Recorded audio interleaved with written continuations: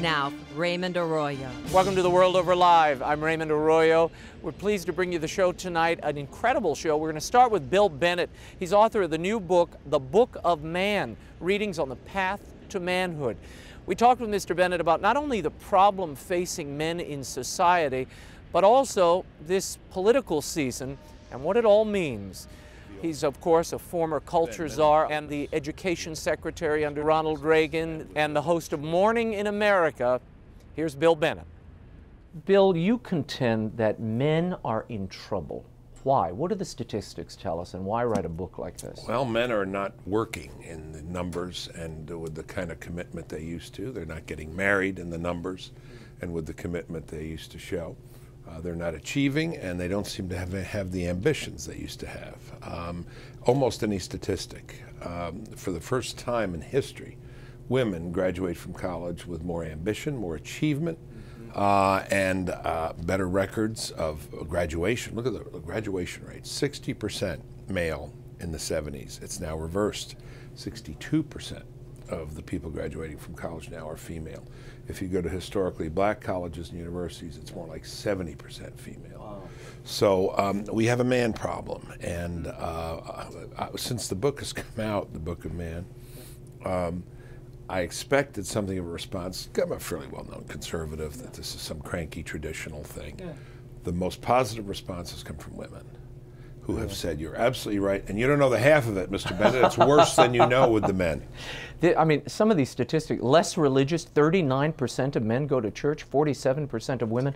What does this portend for the future, Bill, and why this corrective? Well, what it portends for the future is ominous if we don't correct it. The founders had what you might call the foundational virtues that they talked about that kept society together. And they thought three things mainly: the work ethic, the belief in work, hard work; second, marriage and family; and third, faith. And all three of those are weakening, particularly among men. And so it needs to be corrected, needs to be addressed, or we can see the further unraveling in parts of our society. We're seeing it already. If you look at, if you take a picture of American society, and you exclude not the top 1%, as we say these days, but the top 10% socioeconomically, you will see a lot more non-marriage and divorce. You will see a lot less religion, and you will see a lot less employment, a lot less work, not just because of the economy, but because of an interest in work or a lack of interest. You have long been a sage when it comes to looking at the culture and the implications of it for the future. Whether politically or otherwise, the culture is the driving force here. Right. And you identified that decades ago and have been on the forefront of this. What role does the culture play in the state of men and manhood today? And I'm talking about the hangover mentality, the Fight Club mentality, that image of manhood and what it means to be a man, culturally speaking. The culture plays the largest role, Raymond. There are a lot of things going on. There's fatherlessness, unlike in numbers we've never seen before. But the culture plays a role there. It so happens, though, if 30% of your boys grow up without fathers in the home, that has consequence. Second, it's a confusion out there for boys. If you turn on television, the radio, movies, what does it mean to be a man? It's what William James would have called a bloomin' buzzin' confusion. You know, is it the macho stuff? Is it gay culture? Is it the street? Is it television? This fall there are 6 sitcoms. I am told that 5 of them have these very wussified men, these very self-confused men. The 6th one may be aptly titled "Last Man Standing," so maybe that's a sign of our times. So if a boy wants to be a man, it used to be fairly clear to him what to do. Now, there's another part of the culture. Traditionally, boys were raised to be men because they were told with a fairly consistent set of signals. Someday you will have to provide for a woman and children. Well, look at the women now. You don't have to provide for a lot of these women. And they're very self-sufficient and will tell you, even many of them will tell you, you don't need to provide. So all of that is part of the culture, and all of that, as they say, runs into what we call feedback loops. These things become mutually reinforcing. And this, the prolonged adolescence, and the television shows and these movies certainly promote it, whether it's Hangover or Friends with Benefits, this notion that you can just continue in this adolescent haze and you'll be okay.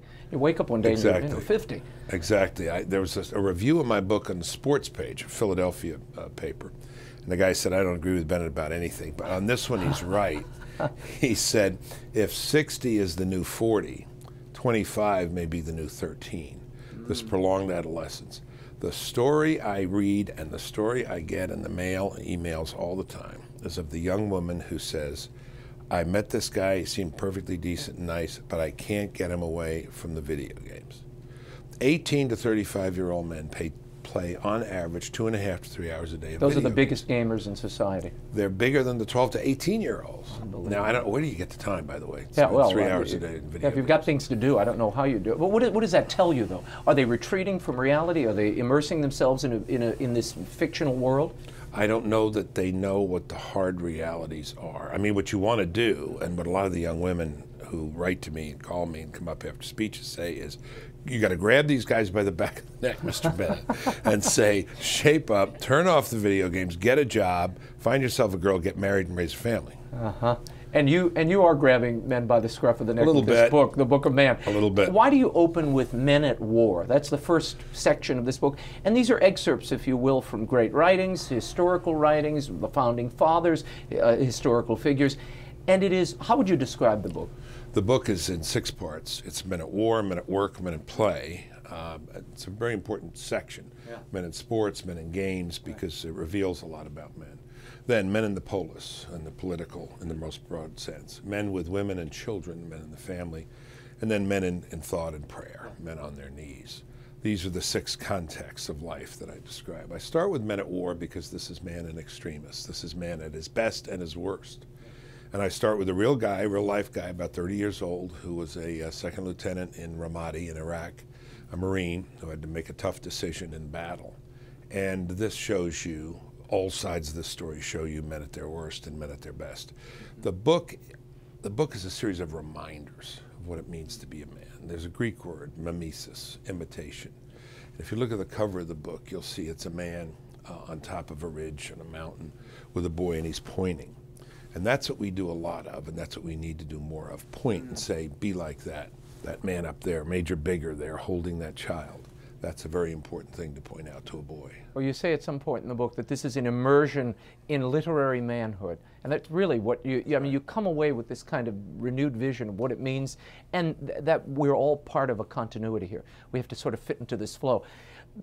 But you, Bill, you and Bob Bennett, your brother, you all are the products of a single mother. Right. How did you all turn out so well? Right, single mother, mother married 5 times. I guess, well, it's arguable that we turned out well, depending on who you're talking to. Well. If you're talking to Bob's supporters, they may think I didn't, and vice versa.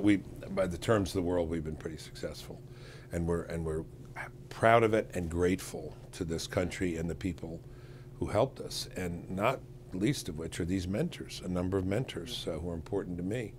Look, Raymond, when I look at my life, I think of my teachers, I think of coaches. When I was Secretary of Education, they started something. The Secretary of Education will identify the best teacher he ever had. I picked my line coach from Gonzaga High School here in Washington, D.C., because he taught me the difference, William James again, the difference between callousness and toughness. I thought as a boy, toughness meant to be callous, that you had to be, kind of macho. He taught me that toughness meant perseverance. Take a hit and keep going. And you take a lot of hits in life. And so that was a very important lesson. One of the real underlying accelerants and exaggerants of the situation at Penn State is the fact that this guy is a coach. And so many parents put their trust in coaches to guide boys to the right notion of manhood. And you figure, at age 12, 13, 14, when boys get into sports, the coach has this larger-than-life. Mythic size, yeah. Yes, so this makes that situation all the role models are so important for boys. I mean, that's pointed out time and time again in this book by simply holding up these men. And they're biographical sketches, they're writings, they're memoirs. There's a lot, you know, it's a multifaceted approach. Real live listeners to my show, you know, regular folks, if you will. The homeschooling dad in Houston who's raising 6 kids, he's in there. The coach in Denton, Texas. The garbage worker, a sanitation worker. He says, I'm the world's greatest sanitation worker in Georgia. He's in the book. And there's lots of literature in the book, because I think the power of literature to evoke these pictures. There's one wonderful story that Professor Waller from Canada tells about teaching the Odyssey year after year. And the Odyssey, remember, Ulysses goes away to war for 20 years. Penelope waits for him, but also his little boy, his son, waits for him. And Professor Waller tells the story of teaching in a contemporary classroom, telling the boys about Telemachus, the son of Ulysses, and how Telemachus wishes he were more of a man, wishes he could stand up to the suitors who are harassing his mother.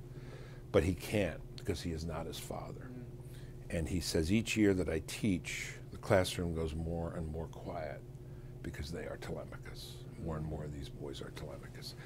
They want to know what it means to be a man. And how to make sense of all of that. But some we have forgotten. Many of us have forgotten how to tell them what that means. Well, what have we lost? What is the manly approach to work that has been lost? Obviously, society is suffering in this regard, and you've got a whole chapter devoted to the topic. Well, you mentioned The Hangover as a funny movie, an interesting and funny movie, but it suggests what a lot of young people believe, which is the purpose of life is the weekend and not the week. Party. Now, one of the great blessings of life is to be able to say, not just TGIF, thank God it's Friday, but TGIM, thank God it's Monday. Right. Oliver Wendell Holmes said, the man who has missed the pleasure of good work has missed one of the great pleasures life has to offer. I love the line in Chariots of Fire where Eric Little's sister says, you love to run, don't you? He says, when I run, I feel God's pleasure. Well, we should find that work in which when we're doing it, we feel God's pleasure. Yeah. And while you're talking about God, there's a whole section here about faith, men in faith, and that importance of reflection.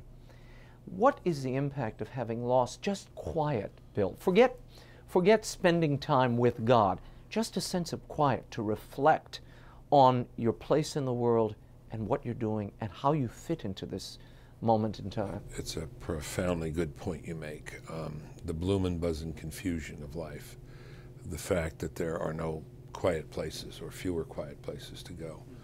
One of the blessings, and there aren't a lot, of getting up at 4 in the morning to do my radio show is it is quiet. It's a great time of day. And there are a number of prayers, and I discovered this in doing this book. There are a number of prayers in the book that talk about the need to have your first conversation of the day with your Creator. It's very important that the first real conversation be with your Creator, so that you ground yourself and remind yourself who you are and why you're there. What is the role of faith in society and the absence of men in the pews, the absence of men in leadership in the faith communities, whether it's Catholic or otherwise? What is the effect societally? I think the net effect of the absence or lack of faith or weak faith is a lack of grounding. You know, that great book title of Bill Bradley's autobiography, A Sense of Where You Are, sense of where you are and who you are. Without that grounding, without realizing every day that you are a moral and spiritual being, and I have stressed this point, I guess most emphatically in education, reminding people that when we are teaching, we're not teaching cattle, we're teaching moral and spiritual beings. We forget what the main purposes are. We forget what we are about. And we forget that as a society, we were not only established, you know, to increase an economy and to improve the material conditions of mankind, but the founders thought we were established to improve the moral conditions of mankind, to be an example unto the ages. Often we have been. I think we can be again. Agnus Dei is the last prayer in this book. Yes, it is. Why did you choose to put that? It's my last prayer. It is good for you for noticing. It is my last prayer. I told my wife the other day, I said, you know, I love my work. I love doing what I'm doing. I'm running at 100,000 miles an hour. But someday I think I will not be unhappy to say that prayer. Takes away the sins of the world. Have mercy on me. Have mercy on us. Grant us peace. That peace that comes at the end. I think it's just a beautiful prayer. I agree. Simple prayer. No, and I want to talk, but before I get to your final close in the book, which is a beautiful story about your father-in-law. That's right. I need to talk a little bit about politics Sure. and the role of manhood in politics. It seems people are looking for a leader with some cojones, who's willing to take on the establishment, who's willing to take on the president at this moment. Are we seeing enough manhood in this race? Let's just confine our conversation to Mitt Romney and Newt Gingrich. What are you seeing? I think there's enough manhood in the race. I think you've got two guys. You've got Gingrich, who's proved his manhood in a number of ways, some of which aren't exemplary. You know, there are two Latin words for man, genitor and pater, or for father, I should say, genitor and pater. But he has also shown, to be fair to Newt, a kind of punch, a kind of resilience, real resilience in taking a beating, submerging, and then coming back up, and punching hard. And people want a protagonist. They want a hero in this political contest. People want to defeat Obama. Romney is a different kind of character, much cooler, much more self-contained. Patrician, yeah. Very impressive as a father and husband, one just has to say. I mean, when the worst thing you can say about this guy is he put a dog carrier on the top of his car. I mean, I think most women, which the dog loved, apparently. Not enough receded hair. That yeah, too. well, that right. But I mean, most women would have to look at Mitt Romney and say, you know, if my daughters could marry a man like that, it would be just fine. What I have said to my audience, though, is when you're thinking about politics, don't just think about the satisfaction of a man in a fight landing a good blow. Think about how you're going to feel in the morning. This is not a boxing match. This is a commitment to the body politic. So think about that. What did you think of Romney in that famous now Bret Baier interview where he kind of got snippy with Bret Baier and didn't, the way he handled it, he took a lot of flack for it. You know, I forgive these guys almost everything. I have seen a taste of it. I've been asked twice whether I'd want to be the vice president on a ticket. I remember talking to Phil Gramm once, and he said, William, he said, I'm running for president. I'm going to 150 receptions, and I have 200 interviews over the next 3 weeks. And I thought, I think I would rather die than do that. I mean, so my hat's off.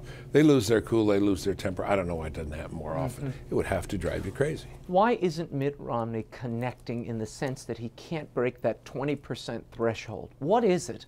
He's good looking, he's articulate, he's smart, he's a wonderful family man. Is it the Mormonism? What is it? What is keeping people back? There's a certain coolness. There's a certain privacy. There's a certain self-containment. He doesn't spill out all over the place like Newt does. I don't mean that as an insult. And but we'll see. This is a long run, and you know, what may be a virtue in a primary may not be a virtue in a general. Remember, whoever gets the nomination, the Republican primary, goes up against Mr. Cool, Mr. Self-Containment. So we shall see how that plays out. Rick Santorum is, I know, a friend of yours. I know him very well. Why hasn't Rick Santorum emerged, who is an exemplary father, a Catholic, right down the line? This guy seems to fit the bill of what the Republican Party is looking for. It's about as good as it gets. As you know, they say that if we were running the primary now from 19th century, that Lincoln wouldn't stand a chance. He just didn't have the camera appeal. And it may be that's Rick's problem. If you read a transcript, there's no candidate whose views I more identify with than Rick Santorum. But he's not connecting. For some reason, he's not connecting. And this is, I don't know what it is. Maybe he doesn't have enough ads. Maybe people are looking the last election in Pennsylvania, whatever.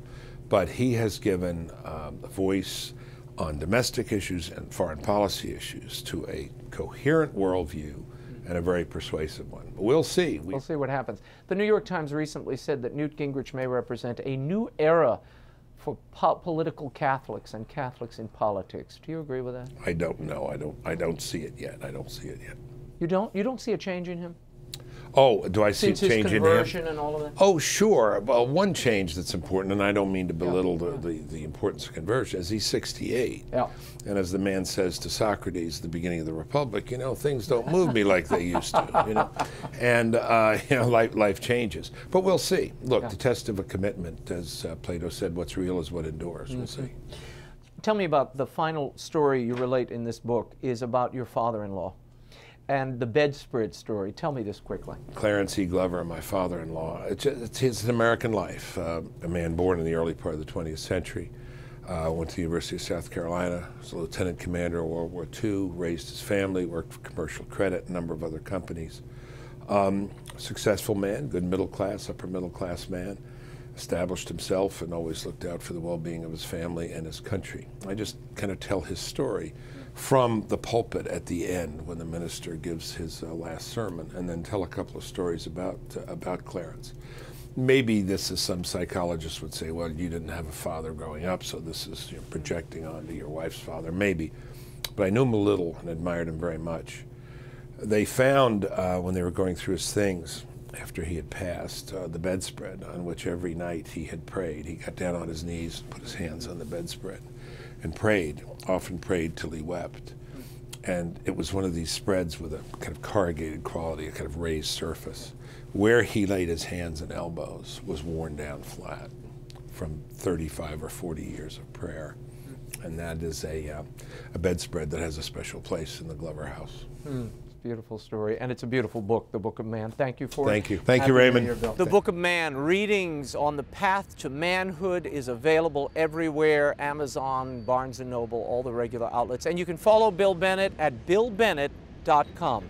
Up next, Newt and Callista Gingrich on their documentary about John Paul II's historic visit to his native Poland and the worldwide implications it had, when The World Over Life continues.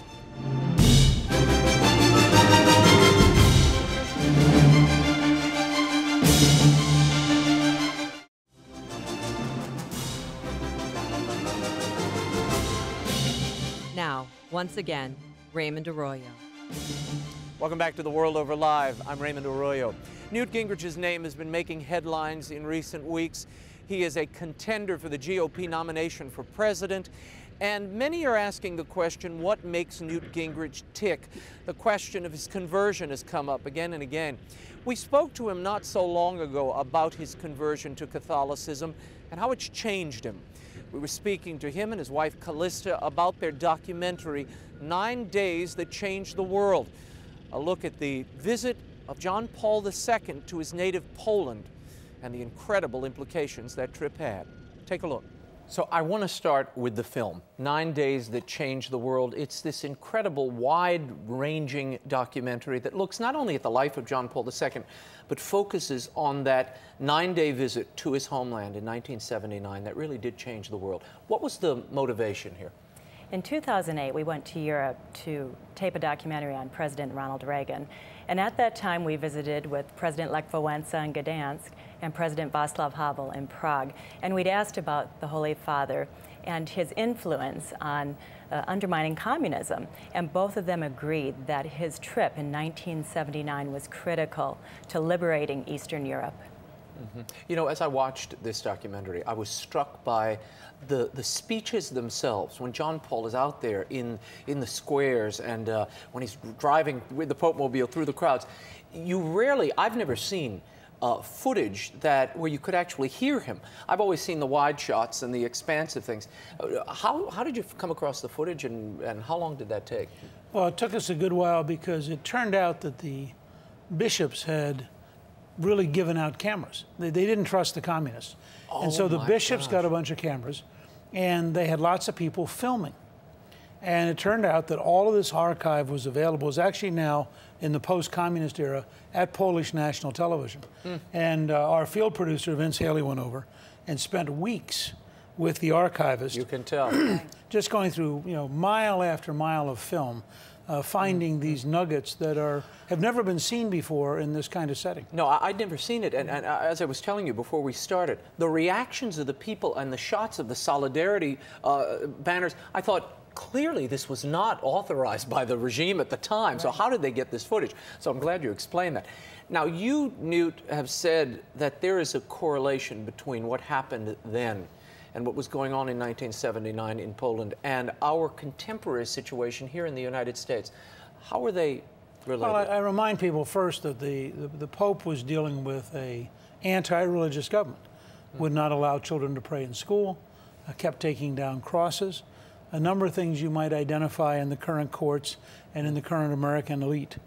It's also clear from the film, and one of the most important parts of the film, is the number of Poles who said, when we all came together, for example, 3 million people in Victory Square in Warsaw, and we looked around, we suddenly realized there are more of us than there are of the government. And I think if the American people would understand Pope John Paul II's message, be not afraid, that if you are prepared to shelter under the cross, if you allow Christ to protect you, there's nothing the government can do to you. And so you don't have to be afraid. And then stand up for religious liberty, because as the Pope says so clearly, without religious liberty, you cannot find yourself. And therefore you have no real freedoms. Yeah, that message of human dignity so shines through, that we have that inherent dignity, and it isn't bestowed by the government. It comes from God, and that's really what that was the constant message he was pounding in as he made his travels here. Now, Callista, you are Polish, in your background. Yes. How did that influence your affiliation with this project and desire to be a part of this? I've always admired the Holy Father, John Paul II. My father's family comes from Poland, just outside of Krakow. So I grew up as a Polish Catholic, and we practiced the traditions, the Polish traditions, and we've always been active in our church. And you know, through this, I've come to know and love Pope John Paul II. And for me, this was a very personal project. Yeah. Now, did someone come to you all with this project, or did this come from you all? Well, I think Vince Haley had the idea for a decade, and we had a great working relationship with David Bossie and Citizens United, and with Kevin Knobloch, who's our director. And so after we had done the Reagan film, I think when we saw the interviews on tape or on film, and we realized what Havel and what Wałęsa had said, and how much it fit into what Haley had told us they'd say. Right. And then we read Weigel's The Final Revolution, the book about the church in Eastern Europe. I think Callista and I just came to the conclusion that this was our destiny, that we had to do this. Now, tell me about that moment. My producer was saying you told him, or he came across some information where you all were in Rome, and that sort of cemented the idea for you that you had to do this film. Well, was that during that visit? There's a very funny moment where we have an opportunity to interview a priest who's very, very close to the Pope. And I can't identify much more than that for right now, but he is in the film. And we went with trepidation to see him. And we got there about 5 o'clock in the afternoon, and we'd walked our way through a variety of Vatican rooms with Swiss guards, and it was a little bit like a movie scene. And he was standing in the doorway, and it really had been built up to us as a very formidable guy. And he was standing in the doorway smiling, and he said, you know, a friend just came by with some Slovenian wine. And why don't we sit down and chat for a little bit? It's 5 o'clock. We could, and you could tell for that moment, and Vince was with us, and the four of us sat there. And an hour and a half later, I just kind of felt like this was our destiny. We had to do this film. He so vividly explained why Pope John Paul II made such a huge difference in the world that you felt like you wanted to share that with as many people as you could. And is that your intention here? To share this? Is there a deeper intention for this film? What do you want people to come away and say? Yeah, we really want to share the inspiring story of John Paul II and his very important message of freedom through faith. And that comes through in this story of human liberation. And this has been a central theme for you all in your last few projects. I mean, you have the Rediscovering God in America project. Yes. You've got, I mean, you had the book, and there are two DVDs, correct? on religious liberty in America. So, I mean, this seems a recent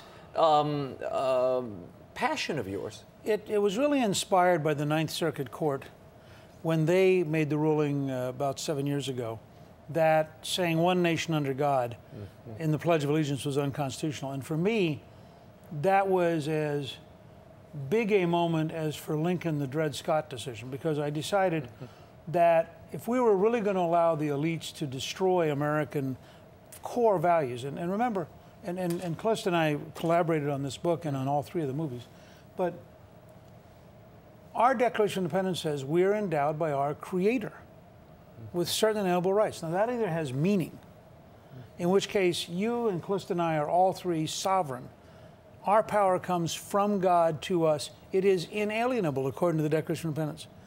And therefore, we loan power to the government. The government doesn't loan power to us.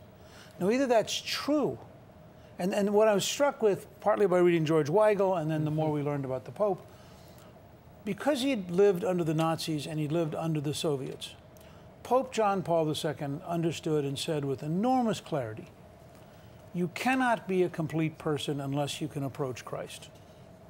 That your religious sense is the highest human sense.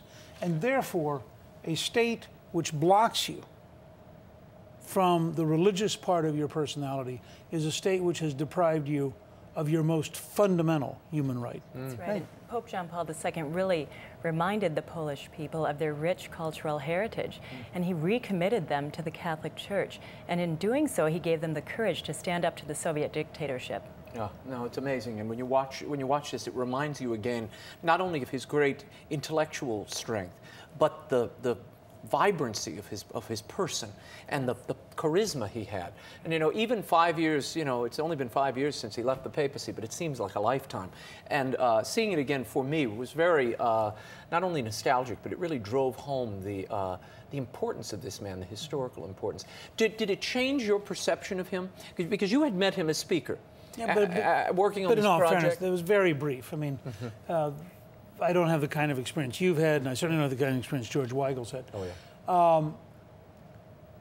I think what comes through, and you see this as much in the Nazi and Soviet periods as you do in the period when he's Pope. This is a person of such deep faith that he is fully prepared to die to be who he is. Now, it starts, you know, when he helps form the Rhapsodic Theater under the Nazis, which had a death penalty. Right. Then he becomes a student priest under the Nazis, which had a death penalty. Then he takes on the Soviets, routinely, regularly, every day. And you realize, and yet he wasn't combative, he wasn't hostile. He was a very cheerful representative of his faith.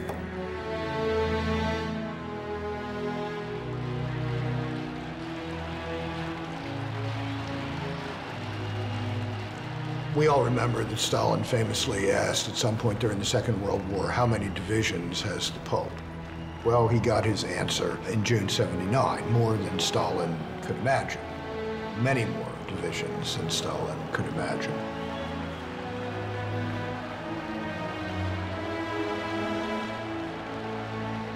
Perhaps at no time in the 20th century had one man so influenced the nation.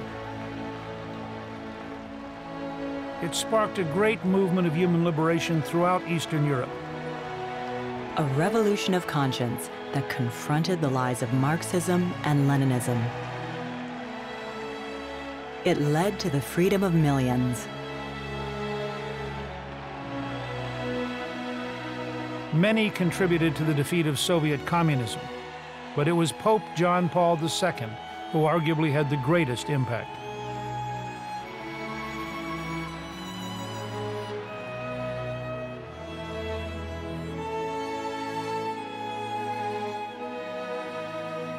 John Paul II, in a singular way, embodied the human triumphs, tragedies, adventures of the second half of the 20th century, as no one else did. A man who stood for peace, a man who preached against war, a man who preached for individual freedom. And his message was not just to the Poles, but to the other people repressed by the communist, atheist regime, that you too should have hope, and you too should have the strength of your faith, and you too have possibilities to become free. When we come back, we're going to talk about Newt's conversion and Callista's influence on him, I think for the better. And we'll talk more about the film, 9 Days That Changed the World. The World of Our Life continues in a moment. Stay right there.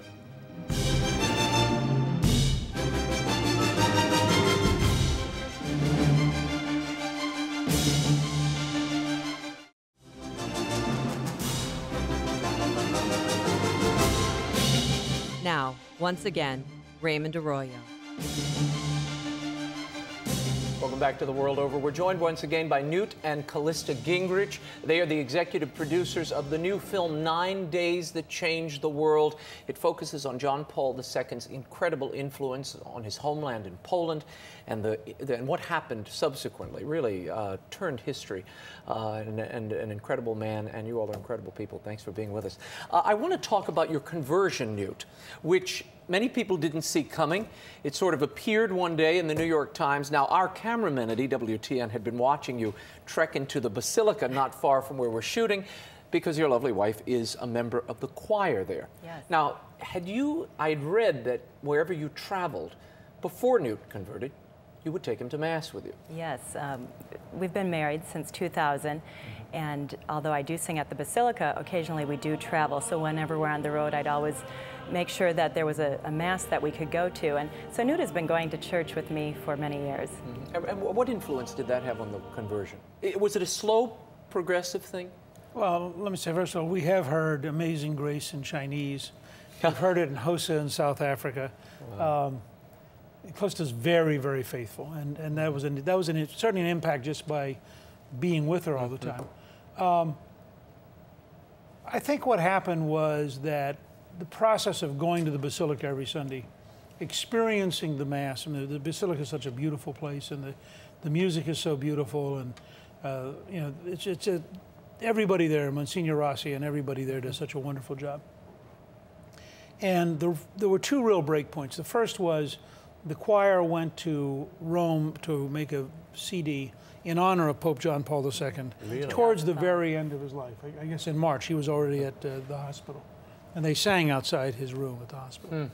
And it was the first time I can remember where I actually just had time off. I went as a spouse. And so they were recording at Senore Maggiore, and they could only record at night after the tourists left. Oh, wow. And so we'd get up in the morning, we were on a pilgrimage, and we would go to Mass, and we'd go to some interesting place, have a really nice Italian lunch, and then they would go off to record, and I was free. And I can't remember the last time that I had an entire week like this. And Monsignor Rossi was occasionally free, and he was sort of our leader and chaperone.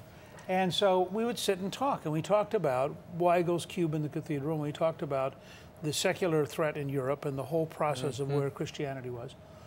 And that really began my fundamental thinking at a historic level about the crisis of our civilization, the degree to which it relates directly to Christianity, and that you can't really explain the West without Christianity. Right. And so over the following several years, we kept talking about it and thinking about it. And then when Pope Benedict came to America, the choir was invited to sing when the Pope and the bishops had Vespers at the Basilica in the Crypt Church. And again, I was allowed as a spouse to show up. And seeing Pope Benedict come into the Basilica and seeing him, you know, from 10 or 15 feet away, but seeing the joy in his eyes and the fact that he had chosen Christ our hope as the core of what he was trying to say to America.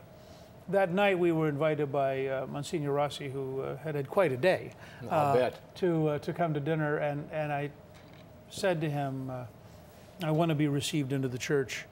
And we chatted briefly, and I said, I want you and Callista to be my sponsors, and I want you to take me through the catechism.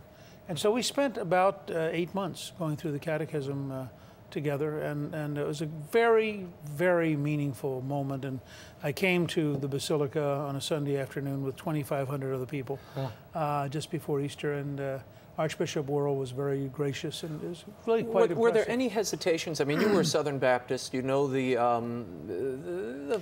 prejudices people hold toward the Catholic Church. My background was very complicated. My grandmother actually originally raised me as a Missouri Synod Lutheran. I actually sang when I was very, very, unlike Callista, I quit. She actually sings, I don't sing. But when I was very, very young, I sang in the Lutheran choir.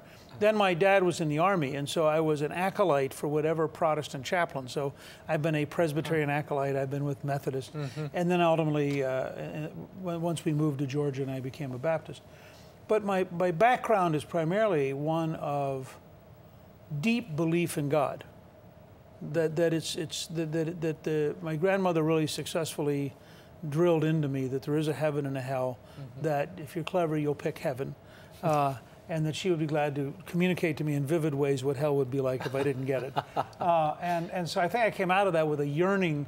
And the two things, I guess, that were the most powerful for me were, I have a sense of being at peace. I understand when you give the sign of peace and when the priest says, peace be with you, in a way I never did 10 or 15 years ago.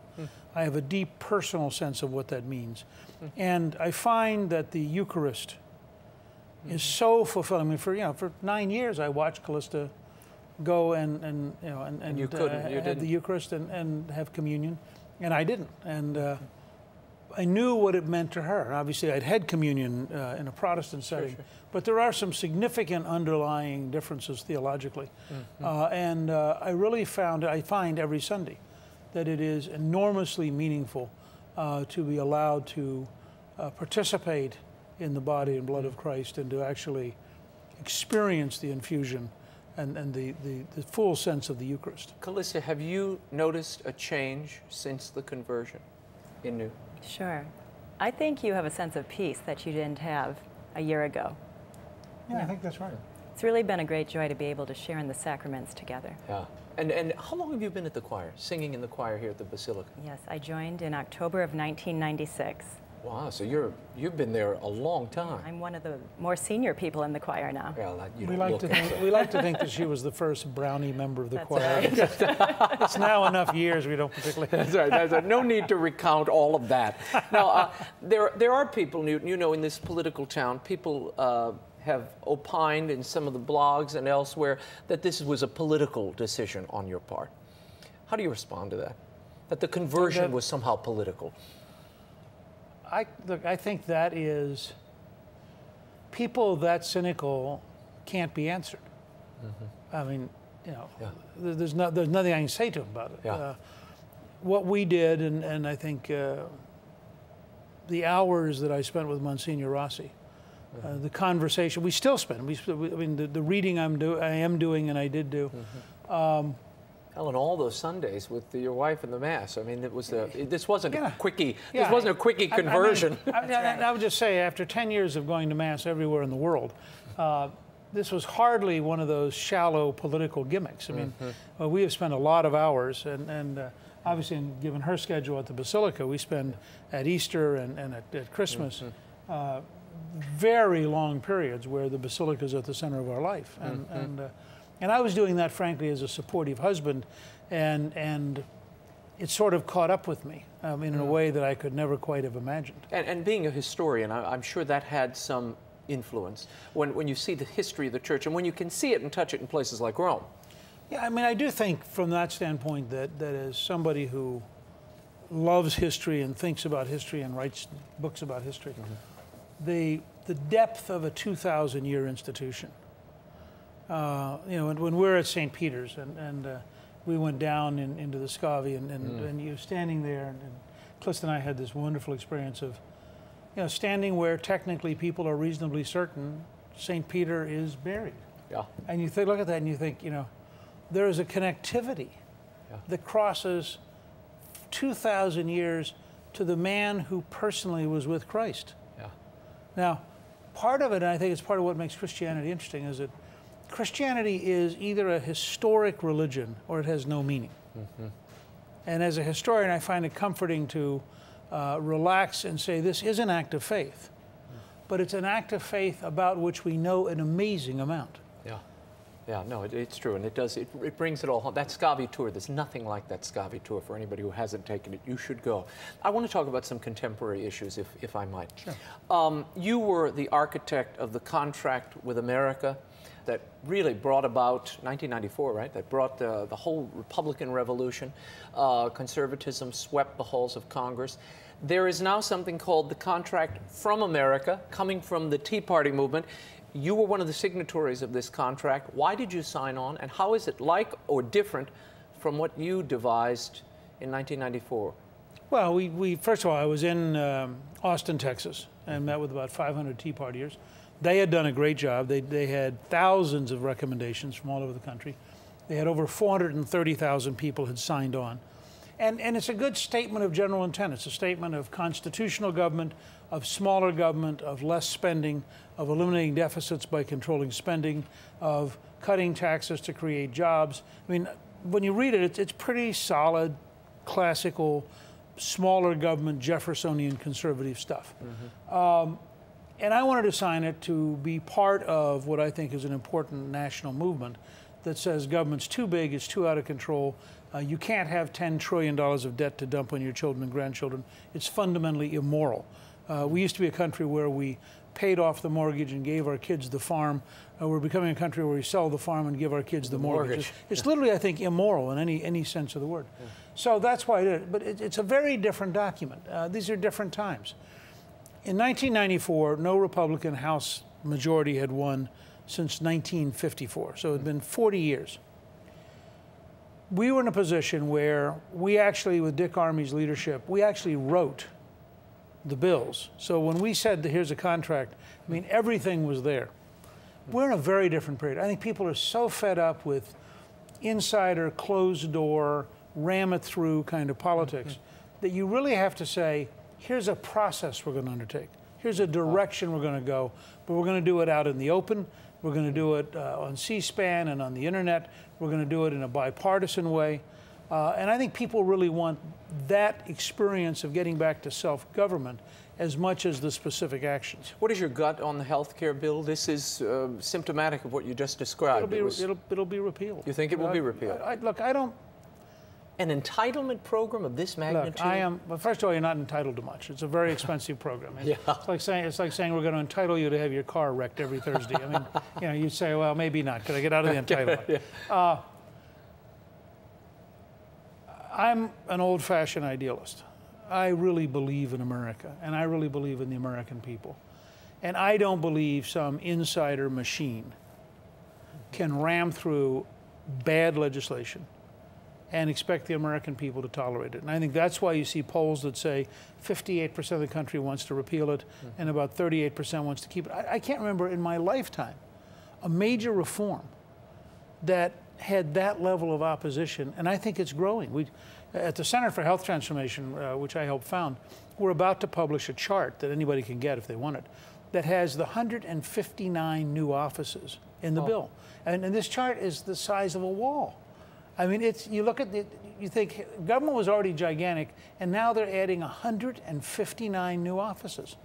And we're not hot. I mean, the chart's just accurate. It's not pro or con. It just says, here's what's in the bill. Here's what's in the bill. Yeah.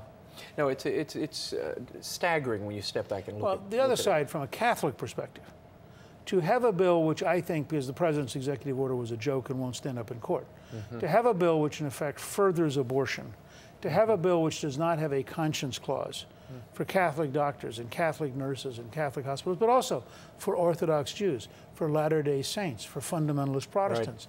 You know, there are a lot of people, the vast majority of people who aren't in the elite, who believe deeply that religious conscience should be at the center of freedom. And this idea that we now have a secular state which can impose on us and make us do things that are against our religious beliefs is fundamentally the opposite of America. And you saw in the New York Times this past week the president hastening this advisory board. He wants to get it up and running. That will no doubt become the rationing board we heard so much about during the campaign. It said, and I don't know if it was in the Senate version, but in the House version on pages 25 and 26, it gave the Secretary of Health and Human Services the power to ration for all high-risk patients. It says so. They can establish waiting lists. Right. Well, waiting list is a form of rationing. It's staggering. How has, Callista, how has Newt's political eyes, if you will, changed since this conversion? Has there been a change in the way he approaches these issues? I want to see where she goes with this.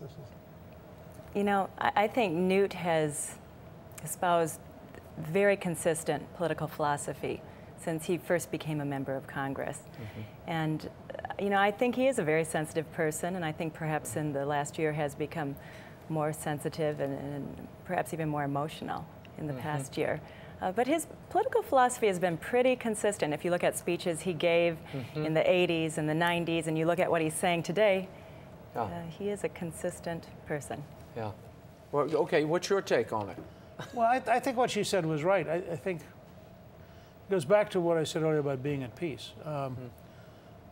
Monsignor Rossi was a big part of this, and he and Archbishop Worrell have both done such a wonderful job of making us feel that, as people say to me occasionally, welcome home. And I